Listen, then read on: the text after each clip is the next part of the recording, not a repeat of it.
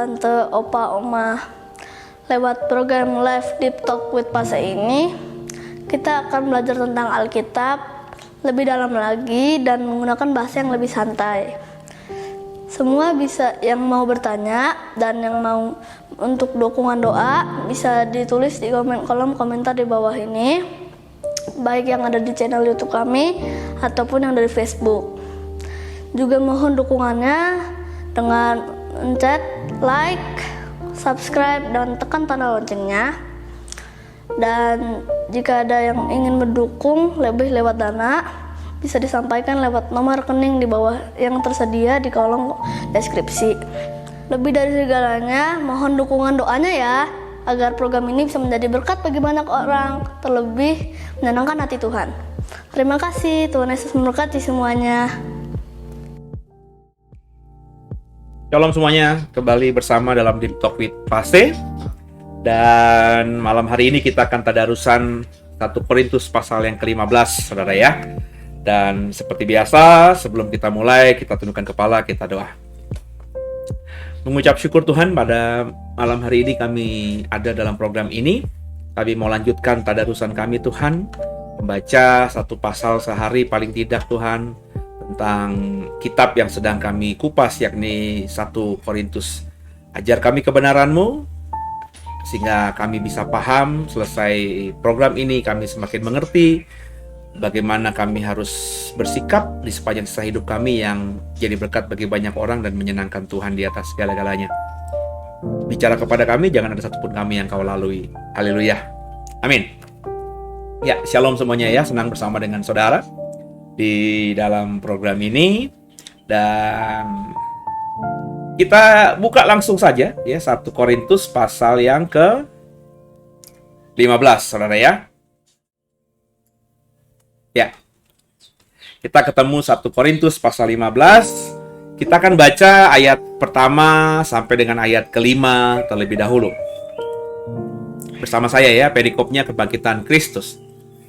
Dan sekarang saudara-saudara, aku mau mengingatkan kamu kepada Injil yang aku beritakan kepadamu, dan yang kamu terima, dan yang di dalamnya kamu teguh berdiri. Oleh Injil itu, kamu diselamatkan, asal kamu teguh berpegang padanya, seperti yang telah kuberitakan kepadamu, kecuali kalau kamu telah sia-sia menjadi percaya. Sebab yang sangat penting telah kusampaikan kepadamu, yaitu apa yang telah kuterima sendiri, ialah bahwa Kristus telah mati karena dosa-dosa kita, sesuai dengan kitab suci, bahwa Ia telah dikuburkan, dan bahwa Ia telah dibangkitkan pada hari yang ketiga, sesuai dengan kitab suci, bahwa Ia telah menampakkan diri kepada Kefas, kemudian ke-12 muridnya. Sesudah itu Ia menampakkan diri kepada lebih dari 500 saudara sekaligus. Kebanyakan dari mereka masih hidup sampai sekarang, tapi beberapa di antaranya telah meninggal. Selanjutnya, Ia menampakkan diri kepada Yakobus, kemudian kepada semua rasul. Dan yang terakhir, dan yang paling akhir dari semuanya, Ia menampakkan diri juga kepadaku, sama seperti kepada anak yang lahir sebelum waktunya. Ya, jadi ini adalah kesaksian dari Rasul Paulus ya, menceritakan tentang apa yang dia saksikan, apa yang dia imani, terutama dalam ayat-ayat yang kita baca tadi tentang bagaimana Yesus itu sudah mati, dibangkitkan, dan menampakkan diri dalam tubuh kebangkitannya. Jadi kalau kita membaca tadi secara spesifik ya, jadi Paulus ini memang sudah berjumpa dengan rasul-rasul ketika dia akhirnya ke Yerusalem, dapat cerita dari mereka, dapat kesaksian dari mereka. Tentu ia bertanya tentang Yesus yang hanya dia temui di jalan menuju ke Damaskus ya, Damsyik ya. Tapi kan dia tidak pernah punya pengalaman berjumpa langsung dengan Yesus. Jadi dia ketika ada kesempatan berjumpa dengan Kefas atau Petrus, Yakobus dan rasul-rasul yang lainnya, dia bertanya tentunya tentang ya seperti apa Yesus, bagaimana dia mati, bangkit dan lain sebagainya, karena Paulus kan tidak menjadi saksi hidup pada peristiwa itu. Dan yang dia dapatkan informasinya itu dia sampaikan kepada jemaat Korintus di pasal 15 ini bahwa Yesus mati, kemudian bangkit pada hari yang ketiga, dikuburkan, setelah dikuburkan bangkit pada hari yang ketiga, di ayat yang ketiga dan ayat yang keempat. Dia mati untuk menebus setiap dosa-dosa kita. Itu detail sekali Paulus menceritakannya. Kemudian dalam tubuh kebangkitannya, Yesus menampakkan diri kepada Kefas, ya. Kemudian kepada ke-12 muridnya, ya. Memang mungkin saudara bertanya, kok beda ya? Pertama kan kalau kita baca di Injil Lukas, dia menampakkan diri kepada Maria Magdalena. Ya Bapak Ibu. Karena Paulus saya bilang tadi ya, ketika nulis ya tentu dengan apa yang dia ingatnya, apa yang dia pahami, apa yang dia dapatkan ya. Mungkin peristiwa Yesus menampakkan diri kepada Maria Magdalena ketika dia bertemu dengan Petrus, dengan murid-murid lain, informasi itu skip atau terlewat gitu kan, bisa jadi manusiawi. Itu makanya saya sangat percaya Alkitab ini, karena artinya ketika ini dituliskan oleh orang yang berbeda-beda itu ya mereka memang menjadi diri sendiri, bukan sesuatu yang dipaksakan, yang di copy paste gitu ya. Jadi informasi tentang Maria Magdalena nggak ada di sini. Informasi Yesus menampakkan diri kepada murid-murid perempuannya juga tidak ada di sini gitu ya. Yang pertama kepada Kefas atau kepada Petrus, kemudian menampakkan diri kepada ke-12 rasulnya, ya. Ke-12 rasul di sini tentu maksudnya ke-11 murid, ya. Ketika mereka lagi berkumpul, ya, Thomas tidak ada, terus akhirnya Thomas ada, itu kan tinggal 11, ya. Karena murid yang ke-12 yakni Yudas Iskariot kan sudah bunuh diri atau gantung diri, ya. Kok dikatakan 12 murid, ya? Bukankah 12 murid itu bicara mengenai Yesus setelah naik ke surga, terus murid-murid berkumpul, terus mereka menambahkan satu orang ke dalam bilangan rasul-rasul yang 12 itu. Ya, nah sekali lagi ini tentu bukan berarti salah Alkitab kita ya, tapi ya Paulus memahaminya ya akhirnya Tuhan Yesus menampakkan diri juga kepada Matias yang merupakan pengganti kerasulan yang ditinggalkan oleh Yudas Iskariot menurut Kisah Rasul pasal 1 dan 2, saudara, ketika murid-murid melempar undi dan jatuh kepada Matias itu, ya.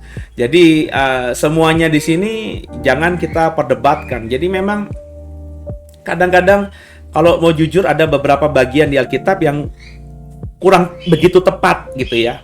Tapi ini tidak bisa justifikasi bahwa Alkitab itu bukan firman Tuhan. Justru semakin kita percayai, karena yang tidak tepat itu pun bisa dikasih penjelasan sebenarnya. Jadi Alkitab ini kan bukan turun begitu blek gitu ya dari surga langsung dalam tangan kita sebagai kata-kata atau kalimat-kalimat yang baku. Ini kan dituliskan oleh orang-orang tertentu. Ada yang nabi, ada yang rasul, ada yang raja, ya, ada yang pemimpin, ya, dan lain sebagainya. Jadi mereka tentu dengan kelebihannya juga punya kelemahan, punya kekurangan. Itu yang saya bilang di dalam program 1 Korintus yang terdahulu misalnya soal buah roh, soal karunia roh. Apakah karunia roh yang ada di 1 Korintus 12 dan 14 itu ya hanya sebegitu kan? Saya yakin bahkan dalam khotbah minggu lalu, saya di hari Minggu saya bilang, kalau kita lihat sekarang ini karunia roh ya lebih daripada yang dicatat di 1 Korintus 12-14. Buah roh itu yang sekarang saya pahami, yang saya bisa lihat ya ekspresinya mungkin lebih daripada yang dicatat oleh Galatia pasal 5 ayat 22 dan 23, saya bilang gitu ya. Tapi Paulus menuliskan tentang buah roh di Galatia, Paulus menuliskan karunia roh di dalam 1 Korintus 12-14, itu ya karena sesuai dengan pemahaman dia, ya.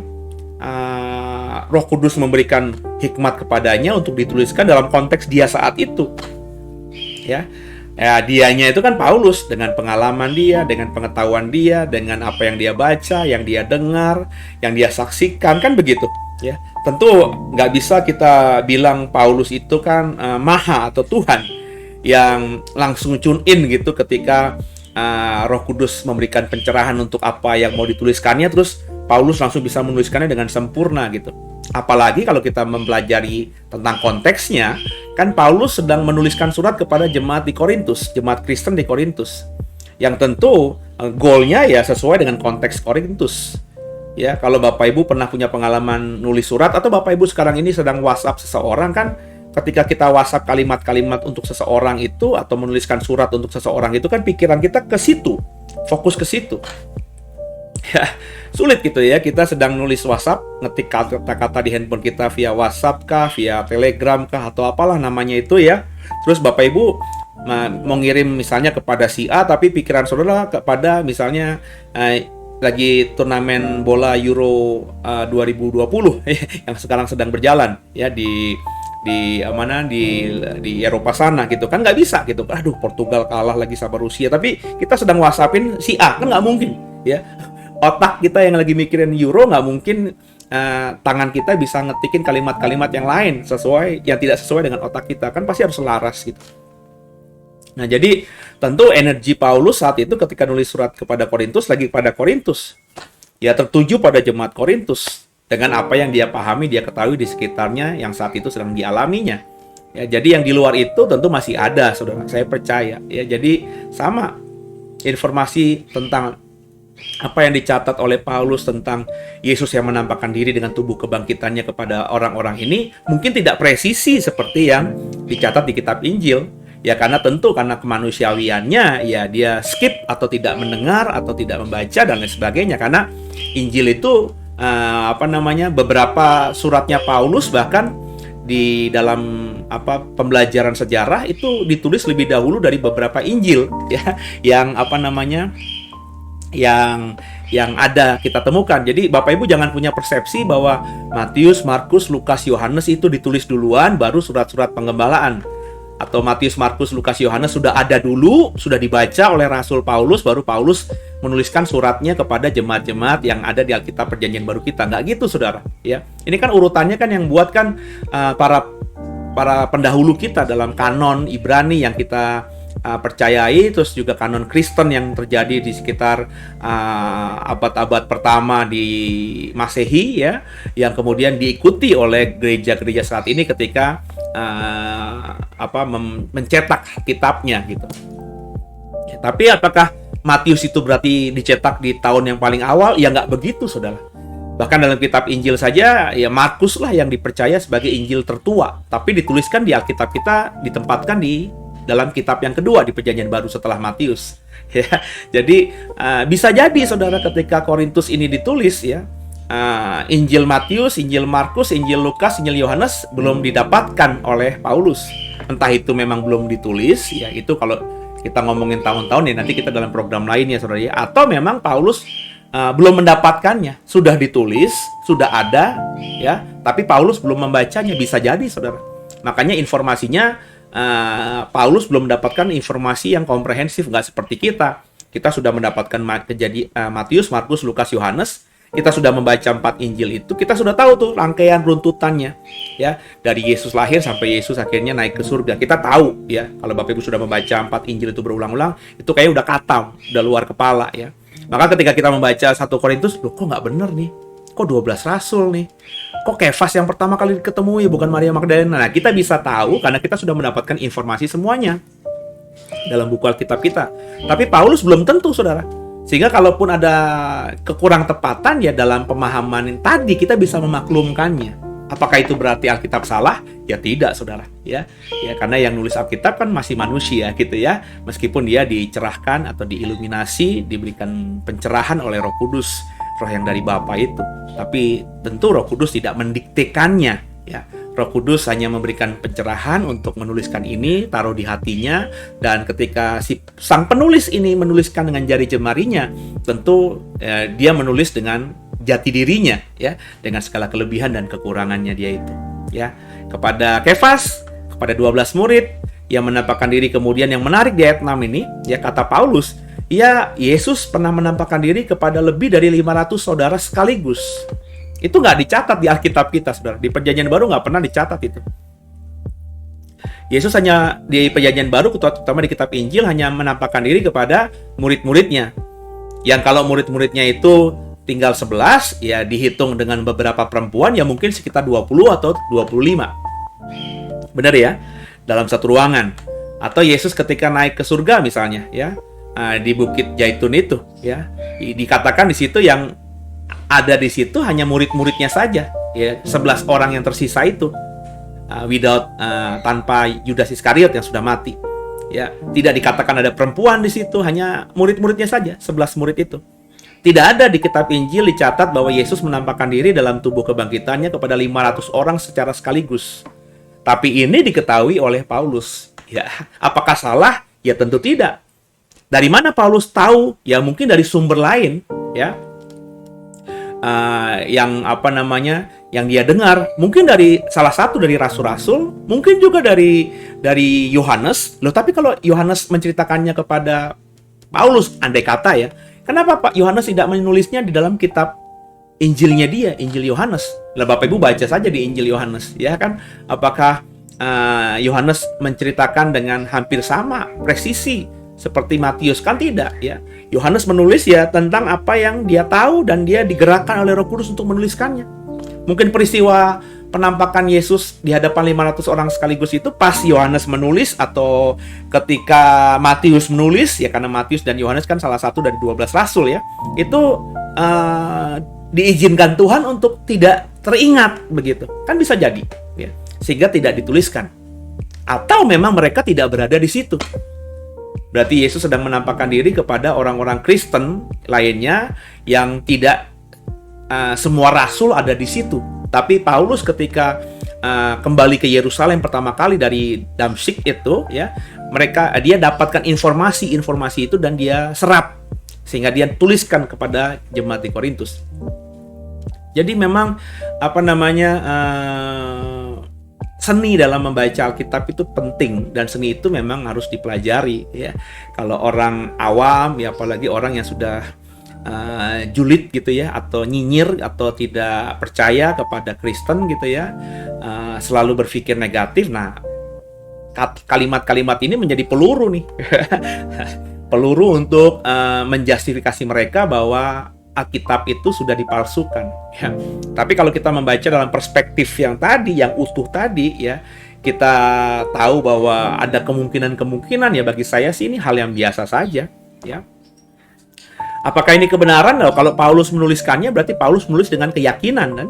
Masa kita ragukan keyakinan dan imannya Paulus tentang hal ini? Jadi saya percaya Yesus menampakkan diri pada 500 orang percaya saat itu sekaligus.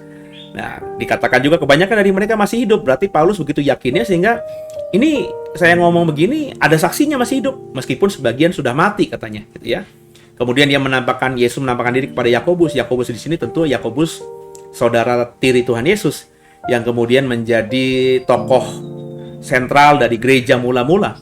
Dialah yang memutuskan tentang sidang di Yerusalem yang tercatat di Kisah Rasul pasal 15. Yakobus saudara tiri Tuhan Yesus ini juga yang punya pertinggal tulisannya di dalam Perjanjian Baru, yakni surat Yakobus, ya.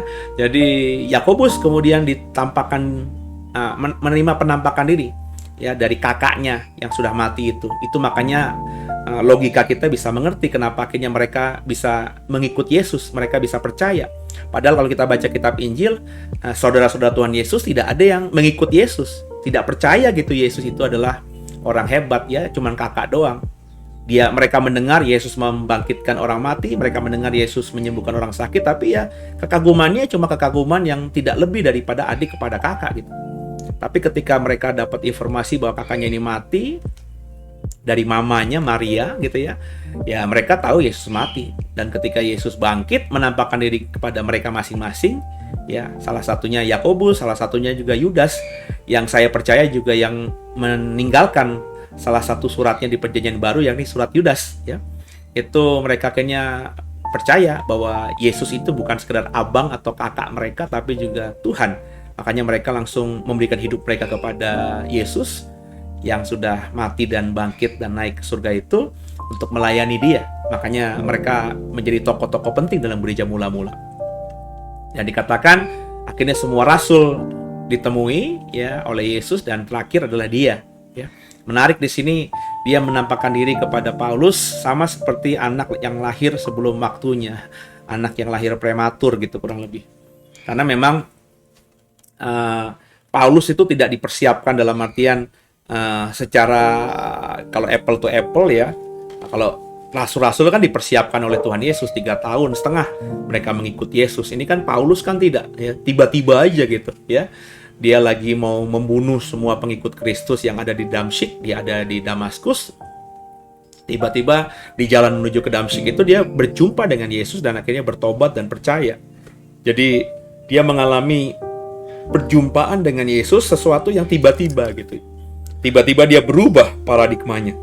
Tiba-tiba dia berubah imannya. Jadi makanya dikatakan sama seperti anak yang lahir sebelum waktunya. Ya, lanjutkan ya. Karena aku adalah yang paling hina dan ayat 9. Karena aku adalah yang paling hina dari semua rasul, sebab aku telah menganiaya jemaat Allah. Tapi karena kasih karunia Allah, aku adalah sebagaimana aku ada sekarang. Kasih karunia yang dianugerahkannya kepadaku tidak sia-sia. Sebaliknya aku telah bekerja lebih keras daripada mereka semua, tapi bukannya aku, melainkan kasih karunia Allah yang menyertai aku. Sebab itu, baik aku maupun mereka, demikianlah kami mengajar, dan demikianlah kamu menjadi percaya. Yang menarik di sini bahwa Paulus menjelaskan juga bahwa ternyata yang disebut seperti anak yang baru lahir, yang lahir sebelum waktunya ini, di ayat 9, bukan saja seperti yang saya jelaskan tadi ya, tapi karena juga dia merasa dialah yang paling hina dari semua rasul. Sebab semua rasul itu ya memang sudah dipersiapkan, sedangkan dia sedang menjadi musuh Tuhan gitu ya. Dia sedang menganiaya jemaat, tapi karena kasih karunia Tuhan dia diselamatkan. Dan seperti dia sekarang ini ketika nulis surat Korintus itu ya, dia mengajar dan akhirnya yang diajar percaya kepada Yesus. Dikatakan juga ketika dia mengalami kasih karunia itu, dia bekerja lebih keras daripada mereka semua. Ya, daripada ya mereka semua ini siapa? Ngomongin mereka yang di atas itu kan ya rasul-rasul yang lainnya. Paulus karena merasa dirinya punya utang budi, dia diselamatkan ketika dia sedang memusuhi Tuhan gitu ya. Jadi dia merasa dia harus punya effort kerja, effort pelayanan yang jauh lebih besar daripada yang lainnya. Bukan berarti yang lainnya tidak melayani. Kalau yang lainnya cuma melayani 3 langkah, dia berusaha 5 langkah. Karena dia merasa dia yang paling hina tadi ya, yang paling kurang baik dibanding semua rekan-rekan sekerjanya yang melayani Tuhan sebagai pengajar, sebagai rasul, sebagai guru di gereja mula-mula di saat itu. Jadi memang mestinya ya seperti itu ya, ketika orang ngerasa dirinya diselamatkan, dipilih bukan karena kebaikannya, karena kasih karunia, dia beri yang terbaik ya. Ya, mungkin juga sebabnya saya juga mungkin larinya lebih kencang daripada teman-teman saya gitu ya, karena teman-teman saya mungkin punya panggilan kesaksian yang manis ya, dipanggil Tuhan yang manis. Saya ketika akhirnya bertobat sungguh itu dalam suatu proses di mana saya sebenarnya hampir meninggalkan Tuhan. Ya, saya sudah 1 kaki di jurang, tinggal 1 kaki lagi dorong dikit aja maka jatuh ke jurang ya. Tapi karena kasih karunia-Nya dia tarik saya dan langsung peluk saya, sehingga saya bukan saja selamat dari jatuh ke jurang, tapi saya dijauhkannya dari jurang. Dan itu yang membuat mungkin saya akhirnya merasa bahwa ya gue sebenarnya nggak layak di sini, nggak layak ngajar saudara, nggak layak berdiri di mimbar gitu, apalagi mengembalakan. Tapi bisa ada segini ya karena kebaikan Tuhan. Makanya karena itu saya berusaha untuk memberi yang terbaik dalam segala hal pada Tuhan yang sudah menyelamatkan saya ya. Ekspresi saya dalam berkhotbah ya, saya Bapak Ibu tentu pernah melihat khotbah saya beberapa minggu yang lalu ketika saya kondisinya masih belum fit gitu ya, habis dari vaksin kedua, terus agak demam begitu ya, terus saya harus khotbah ya, di jadwal khotbah ya. Saya masih ingat itu sebenarnya berat sekali saya untuk khotbah itu ya. Badan saya tidak enak gitu untuk khotbah, tapi saya harus berkhotbah karena tadi ya, teman-teman saya lain yang tim pelayanan yang sudah saya izinkan khotbah ya nggak siap untuk khotbah menggantikan saya yang dadakan nggak enak badan itu ya. Jadi ya saya berusaha ya, saya ngerasa bahwa saya nggak maksimal di situ. Tapi kalau saya lihat lagi ya video pelayanan saya pada saat kondisi saya kurang bagus itu ya nggak kelihatan banget drop-dropnya gitu ya. Tapi semuanya pasti tahu karena saya ngomong di awal gitu ya, karena saya kondisi kurang baik gitu ya kan, minta dukungan doa. Tapi saya mau menyampaikan firman Tuhan gitu ya. tapi tetap dalam tekanan-tekanan dan nada yang saya rasa kalau orang tidak memperhatikan bahwa saya sedang sakit, ya nggak kelihatan saya sakit dari cara khotbah saya itu. Ya tetap berusaha sama lah seperti saya biasanya. Jadi ya saya nggak tahu Bapak Ibu apakah dari kecil sudah hidup kudus, ya saya nggak tahu ya. Biasanya kalau orang merasa dirinya sudah hidup benar sejak kecilnya, itu merespon panggilan Tuhan dalam hidupnya memang tidak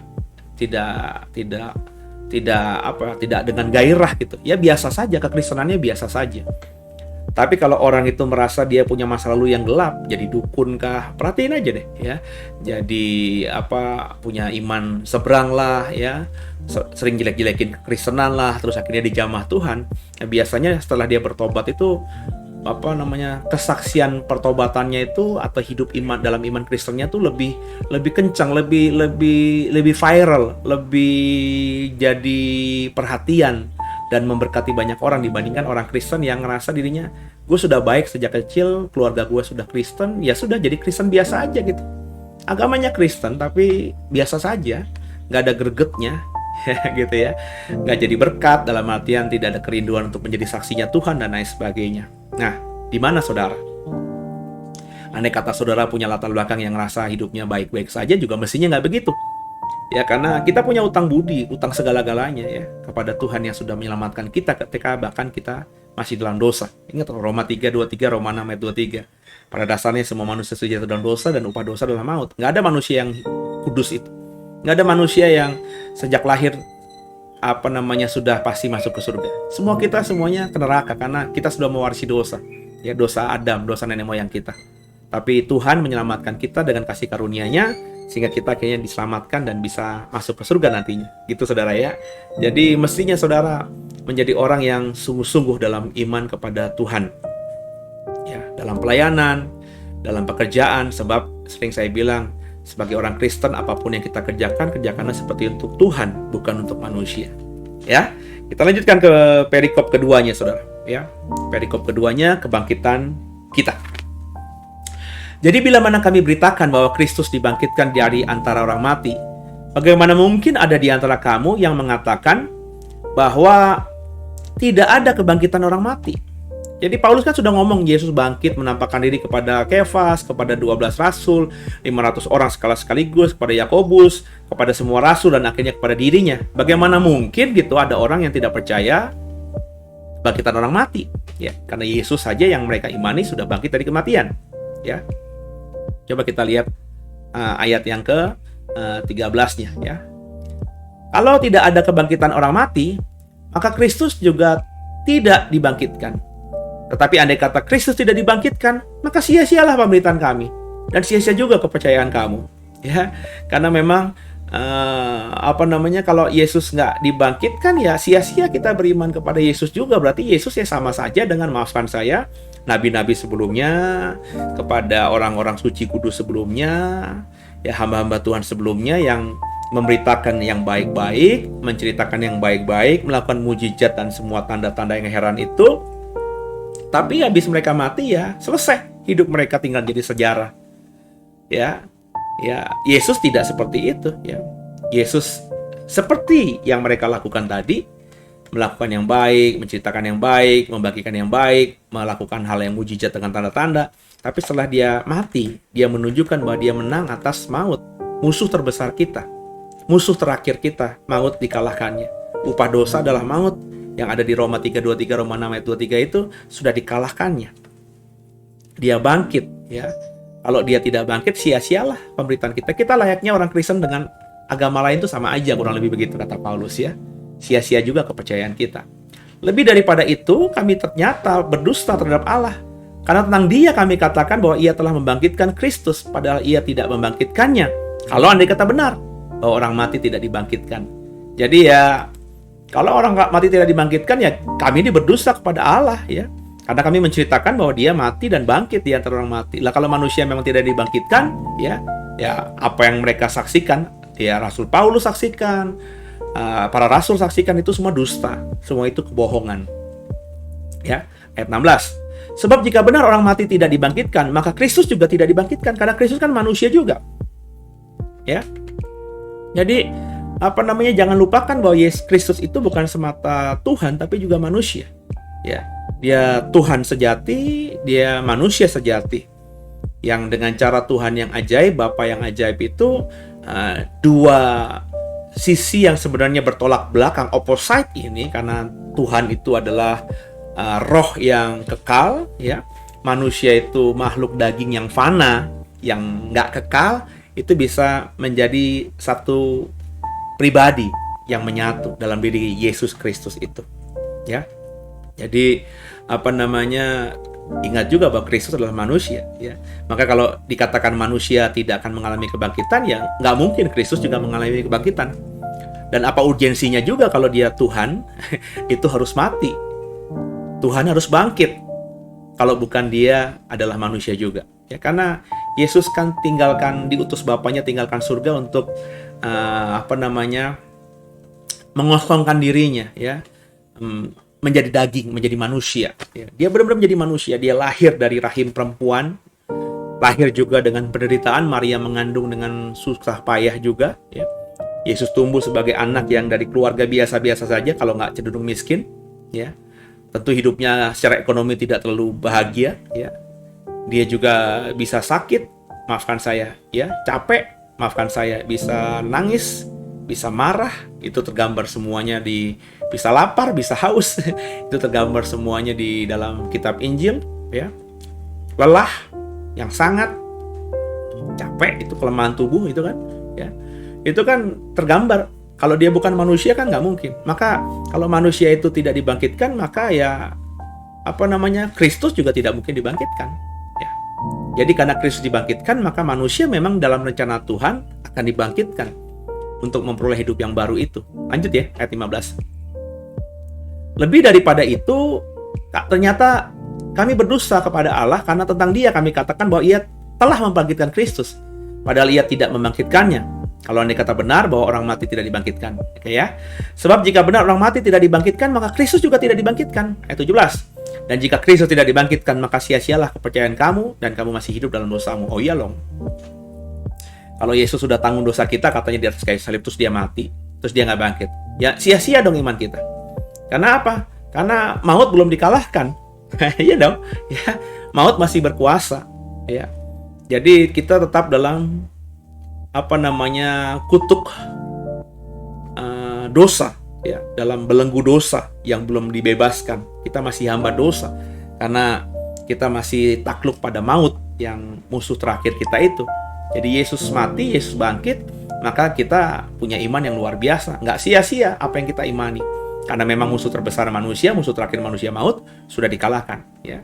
Nabi boleh banyak, orang hebat boleh banyak, orang suci boleh banyak, orang kudus boleh banyak.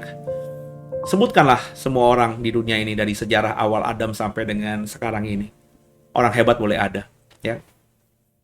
Tapi tidak ada yang bisa mengalahkan maut itu. Ya. Habis mati, dikubur 3 hari, bangkit. Dan bukan cuma bangkit, tapi naik ke surga. Ya. Hanya Yesus. Only Jesus. Jesus only. Gitu ya. Ayat yang ke-18. Demikianlah binasa juga orang-orang yang mati dalam Kristus. Jikalau kita hanya hidup dalam hidup ini saja menaruh pengharapan pada Kristus, maka kita adalah orang-orang yang paling malang dari segala manusia. Tapi jika benar ialah bahwa Kristus telah dibangkitkan, maksudnya tadi kalau Kristus tidak bangkit, ya, maka percumalah, ya, sia-sialah kita menaruh pengharapan pada Kristus. Jadi ayatnya jangan dibaca di ayat 19 aja. Kalau ayat 19 aja baca ya, jikalau kita hanya dalam hidup ini saja menaruh pengharapan pada Kristus, maka kita adalah orang yang paling malang dan dari segala manusia. Nah, kalau ayat 19 dibaca doang ya, artinya kita malang lah. Kita orang paling konyol, paling bodoh karena menaruh pengharapan pada Kristus. Tapi kalau kita baca tadi ayat 17 ayat 18-nya kan ceritanya kalau Yesus tidak dibangkitkan. Kalau Yesus tidak mengalahkan maut gitu kan, kurang lebih begitu ya. Kalau kita terus binasa seperti Kristus yang tidak dibangkitkan itu, maka pengharapan kita kepada Kristus sia-sia, kata ayat 19. Tapi ayat 20. Tetapi yang benar ialah bahwa Kristus telah dibangkitkan dari antara orang mati sebagai yang sulung dari orang-orang yang telah meninggal. Sebab sama seperti maut datang kepada satu orang manusia, demikian juga kebangkitan orang mati datang karena satu orang manusia. Maut itu kita alami karena siapa? Dosa Adam ya. Jadi karena maut datang karena satu orang manusia, Adam, jatuh dalam dosa. Kebangkitan orang mati juga datang dari satu orang, yakni Kristus, sebagai yang sulung tadi, yang pertama. Karena seperti semua orang mati dalam persekutuan dengan Adam, nah dijelaskan ayat 22 kan, demikian pula semua orang akan dihidupkan kembali dalam persekutuan dengan Kristus, ayat 23. Tetapi tiap-tiap orang menurut urutannya, ya. Jadi ada urutannya tuh, ada waktunya. Nah ini menarik, saudara. Ya, menarik untuk diperhatikan. Menurut waktunya. Ya, jadi kita itu akan mengalami kebangkitan dari orang mati. Sebelum mengalami kebangkitan kan kita harus mati, ya. Itu dikatakan di ayat 23, tiap-tiap orang menurut urutannya. Sudah dijadwal, sudah ada waktunya, ya. Dan waktunya itu nggak seperti standar kita, ya. Kelas 6 itu harus melewati kelas 5, 4, 3, 2, 1. Nggak, waktunya Tuhan nggak begitu. Seorang jenderal harus melewati dulu kolonel, mayor, letnan 1. Nggak seperti itu, ya. Waktunya Tuhan itu ya bisa tidak seperti yang kita bayangkan. Dalam hal ini urutan untuk mengalami kematian, ya nggak harus orang yang paling tua dulu mati baru nanti menyusul yang muda-muda, nggak juga, ya.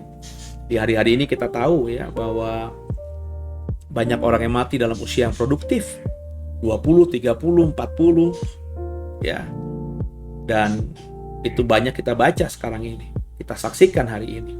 Jadi memahami ini, ya, Bapak Ibu harus paham bahwa urutannya itu Tuhan yang buat, gitu ya. Lanjut ya. Tapi tiap-tiap menurut urutannya. Kristus sebagai buah sulung, sesudah itu mereka yang menjadi miliknya pada waktu kedatangannya. Ini bicara mengenai kebangkitan orang mati, urutannya juga ada. Kristus dulu yang sulung, baru nanti yang dibangkitkan adalah yang menjadi miliknya, umatnya, orang percaya. Jadi kebangkitan dari orang mati itu terjadi seperti itu.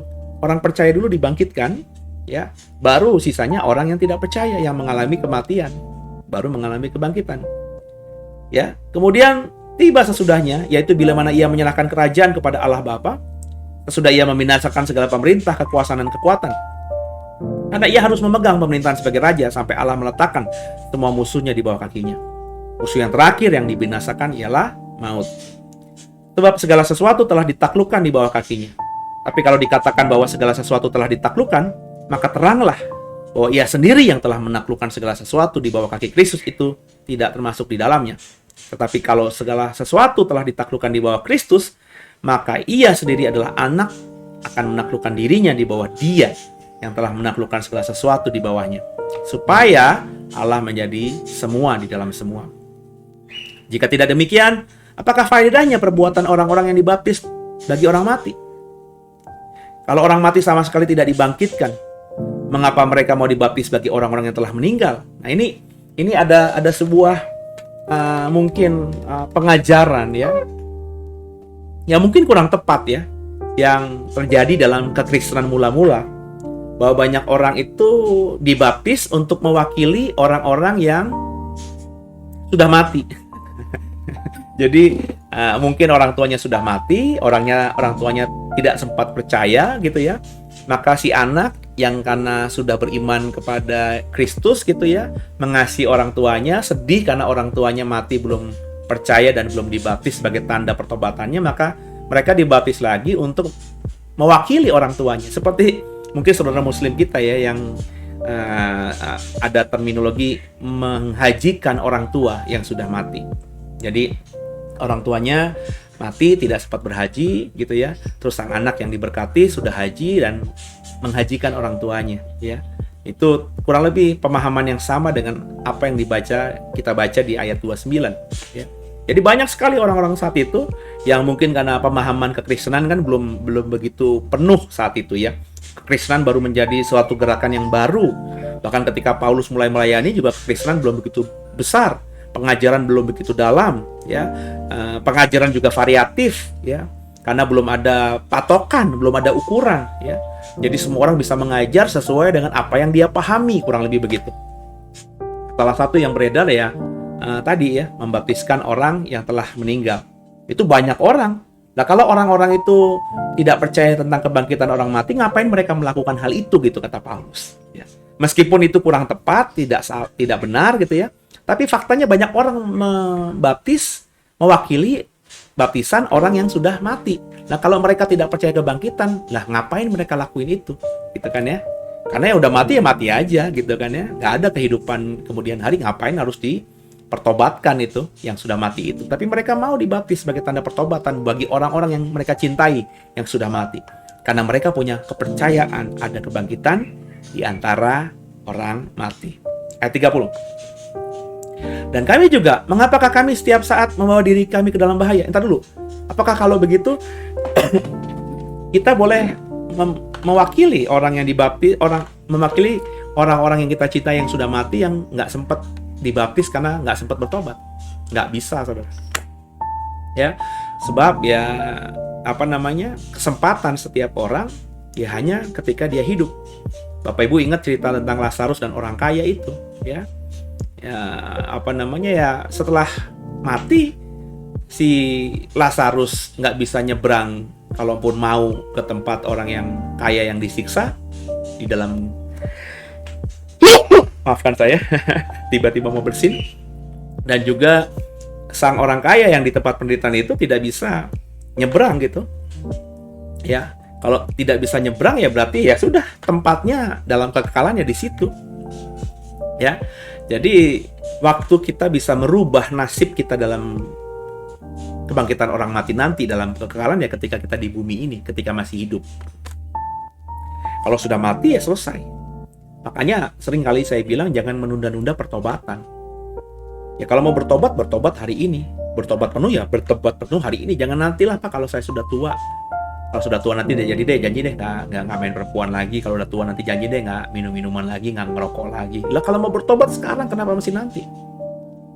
Nanti aja lah, saya kan masih umur 50, ya mati nanti paling 80, masih ada 30 tahun lagi. Iya kalau bisa sampai 30 tahun lagi. Tadi karena waktunya itu kan ada urutannya. Ya. Saya beriman, berharap, memohon kalau bisa ya umur panjang supaya bisa melihat anak-anak saya nanti menikah, sempat gendong cucu gitu ya. Sempat merasakan katanya orang-orang itu bahwa biasanya kakek dan nenek itu lebih mencintai cucu daripada anaknya. Pengen punya perasaan seperti itu. Tapi nobody knows, ya nggak ada yang tahu. Saya sudah siap mempersiapkan diri soal itu. Kapanpun ya Tuhan jemput, saya siap. Nah, untuk punya keyakinan begitu berarti saya meyakini meskipun ada salah yang saya buat, yang sengaja maupun tidak sengaja, terlebih yang tidak sengaja, saya selalu sudah membereskannya kepada Tuhan, minta ampun kepada Tuhan. Ya. Jika kau mengaku dosa, maka Allah setia dan adil, Allah akan mengampuni setiap dosa kita. Ya. Kalau kita sudah hidup dalam Tuhan, ya kalau buat salah, nggak perlu lagi itu ya, dibaptis segala macam lagi. Ya. Tinggal minta ampun sama Tuhan dengan kesadaran dan usaha ke depannya untuk tidak berbuat dosa lagi dengan pertolongan Roh Kudus. Itu yang dikerjakan. Jadi ya kalau sudah mati ya selesai, nggak bisa kita bantu, nggak bisa kita tolong, makanya ya sudah ya. Kalau sudah mati ya sudah, dia mati percaya ya pasti ke surga, dia mati tidak percaya ya biarlah nanti penghakiman Tuhan. Dan kalau kita membaca dalam iman Kristen ya kalau nggak percaya ya masuk ke neraka. Meskipun ya sekali lagi kita nggak bisa menghakimi ya, karena penghakimannya kan punya Tuhan yang paling bisa nanti menentukan ya.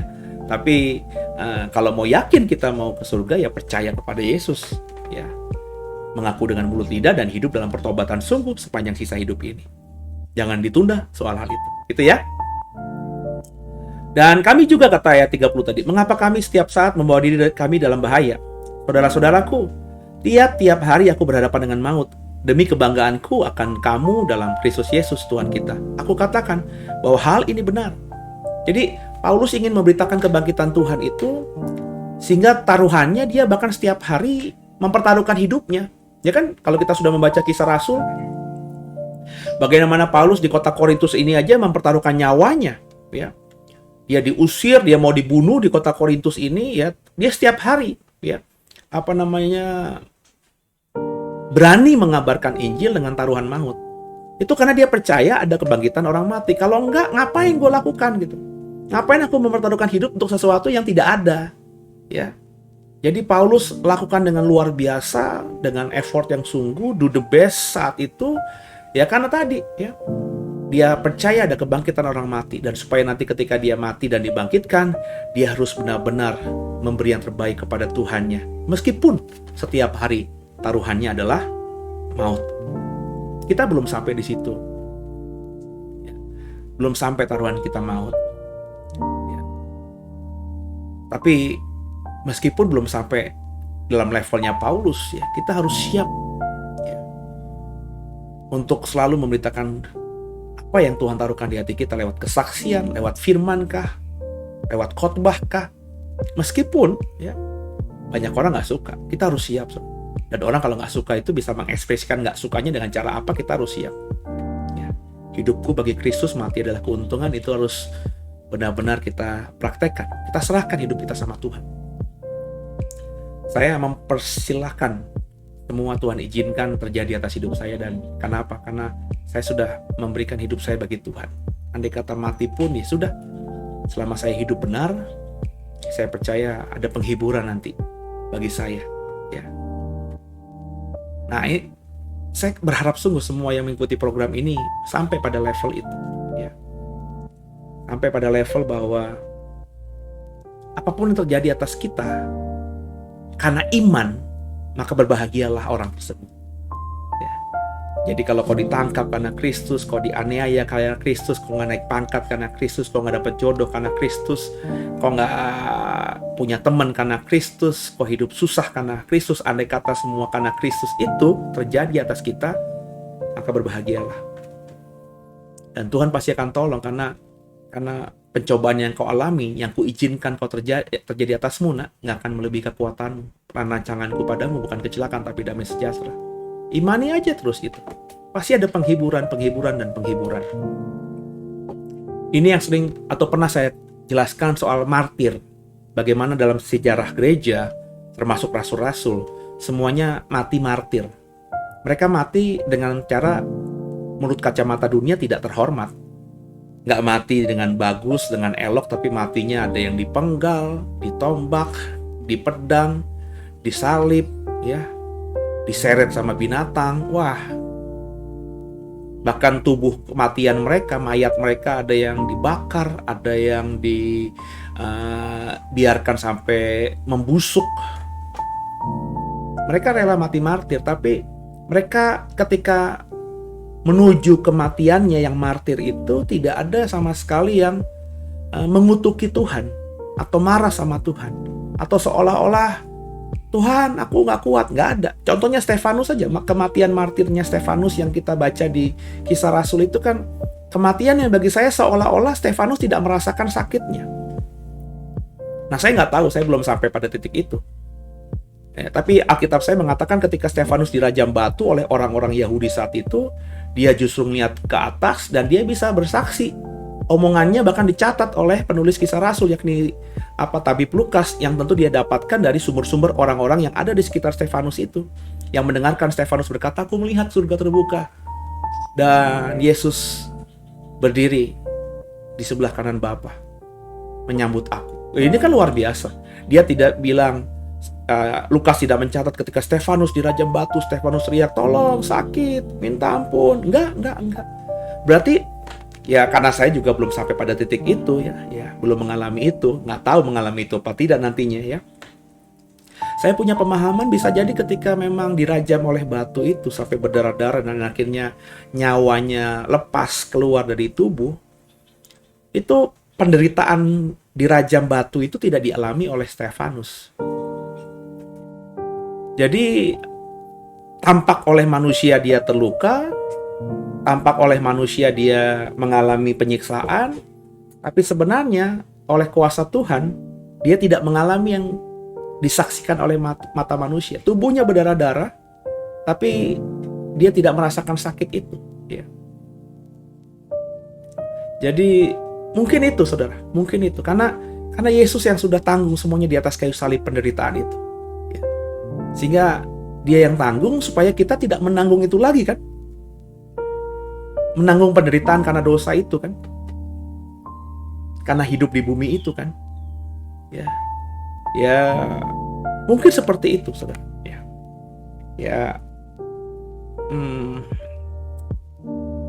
mertua saya, ya, almarhum papanya Silvi, itu meninggal karena kanker besar, ada di bahu kanan atau bahu kiri, saya agak lupa, saudara.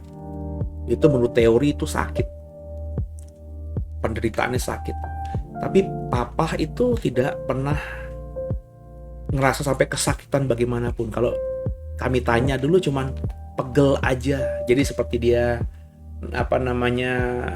ada beban di bahu gitu ya, sehingga dia bilang capek, pegel.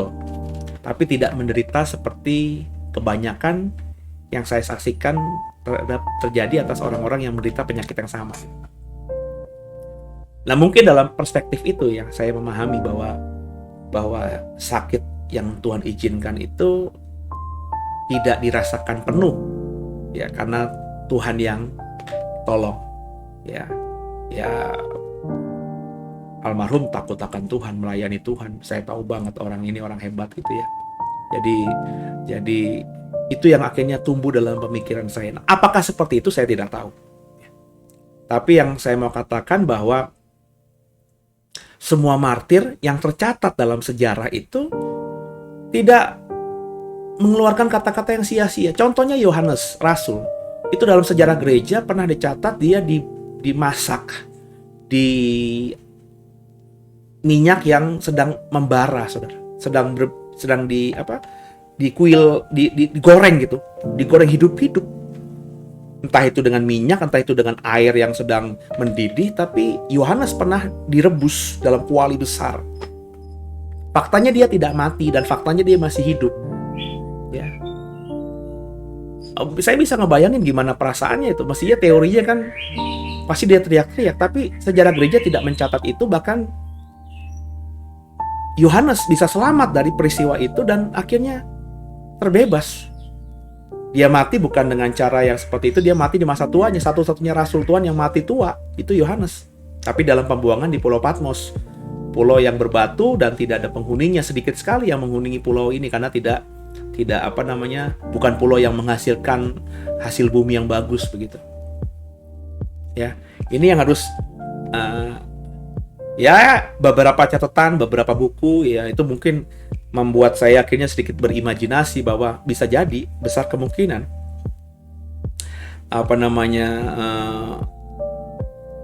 orang-orang yang sudah hidup dalam Tuhan itu ketika mengalami bahaya, malapetaka, bahkan menyongsong maut itu, Tuhan jaga sehingga semua yang di kacamata manusia penderitaan itu tidak dirasakan oleh mereka. Meskipun akhirnya mereka mati, tapi tidak mati dalam penderitaan seperti kacamata dunia tadi.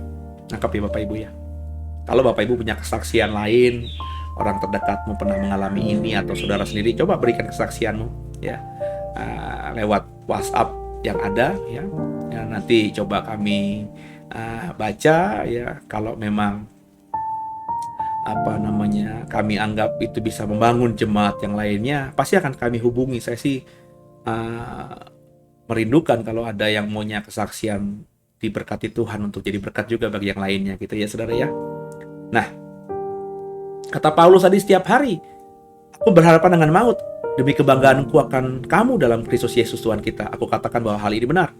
Kalau hanya berdasarkan pertimbangan-pertimbangan manusia saja, aku telah berjuang melawan binatang buas di Efesus. Apakah gunanya hal itu bagiku?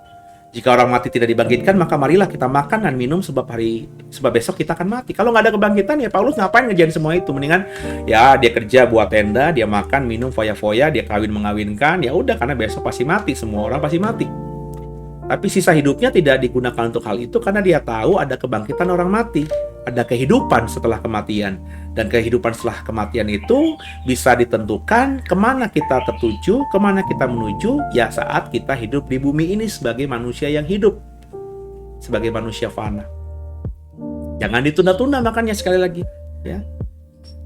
Jangan menunda-nunda pertobatan. Kalau memang sudah dijamah Tuhan ya bertobat sekarang. Kalau sudah dipanggil Tuhan untuk melayani Tuhan sekarang. Jangan nanti dan akhirnya semuanya terlambat karena kita mati dan kita belum melakukan apa-apa dan akhirnya kita tidak bisa masuk dalam kerajaan surga karena kita tidak bertobat di sisa hidup kita. Ayat 33. Janganlah kamu sesat. Pergaulan yang buruk merusakkan kebiasaan yang baik. Sadarlah kembali sebaik-baiknya dan jangan berbuat dosa lagi. ada di antara kamu yang tidak mengenal Allah.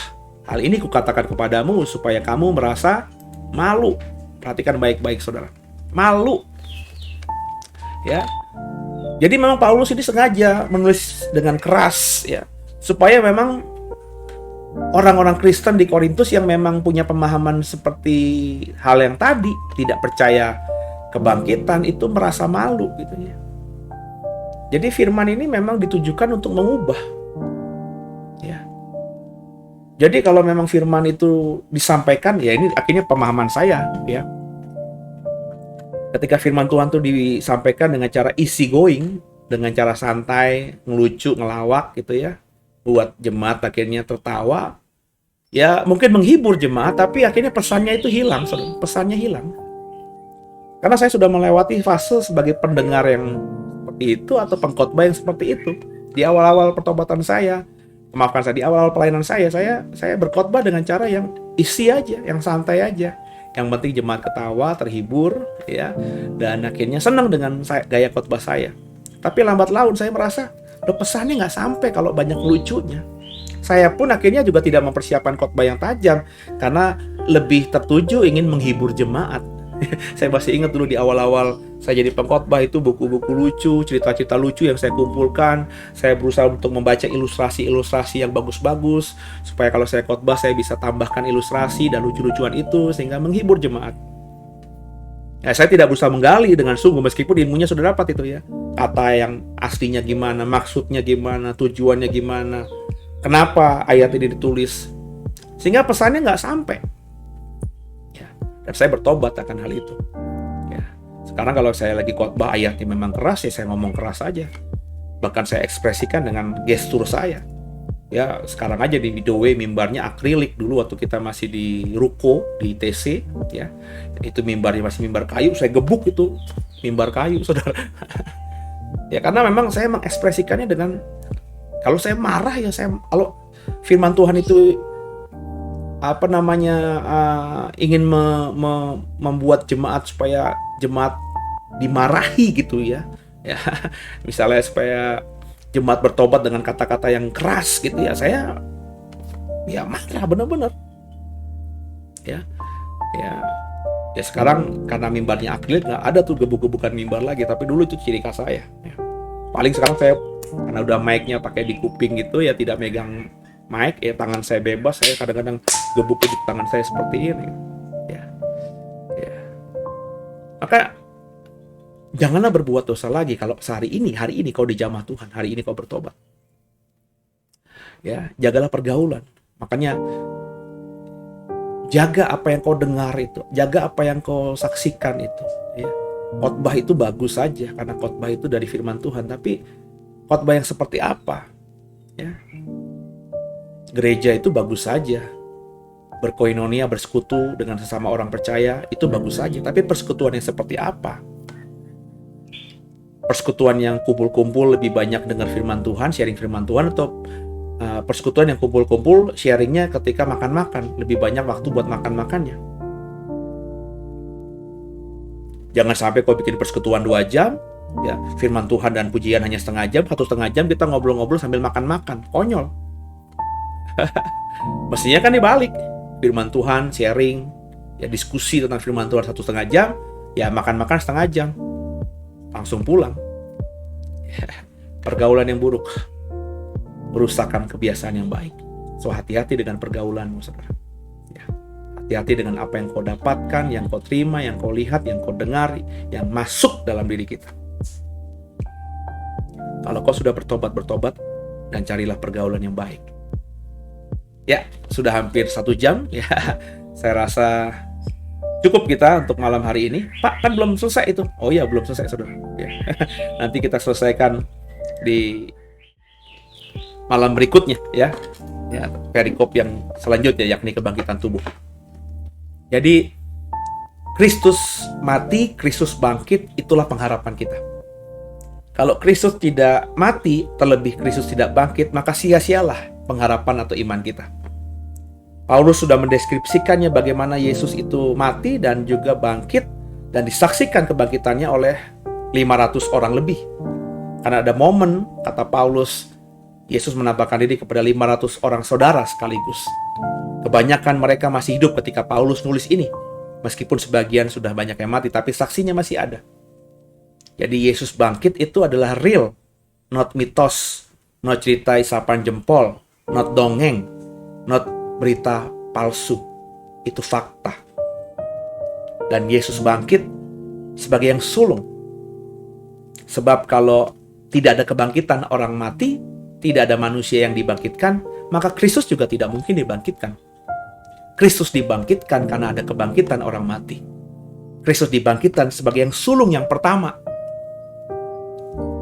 Habis dia nanti bangkit, setelah dia bangkit, maka menyusul nanti di masa mendatang kebangkitan orang mati, yakni orang-orang yang percaya kepada Tuhan.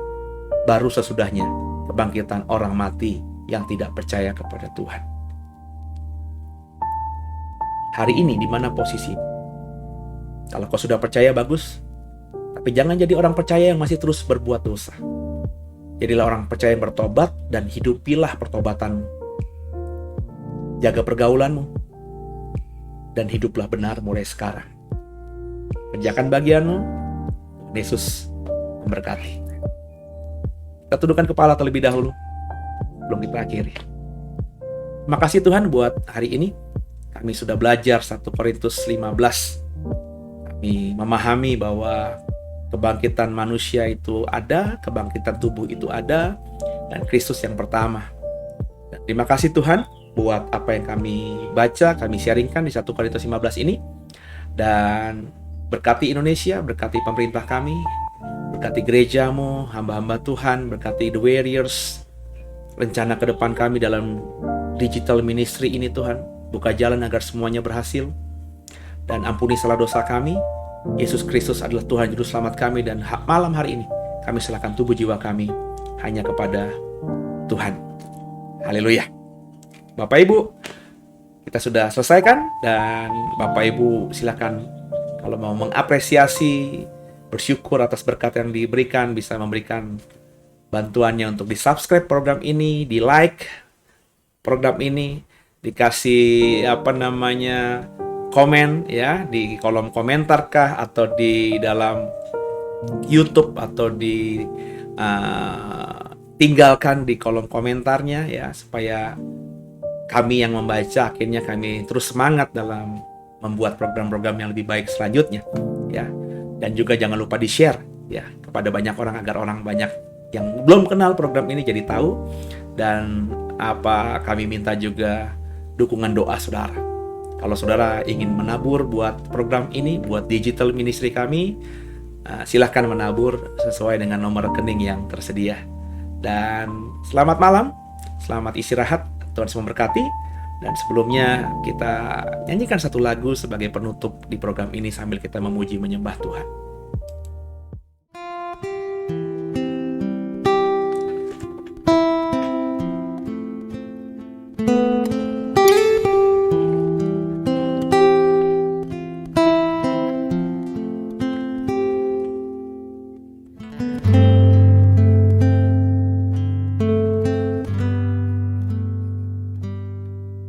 Bapa,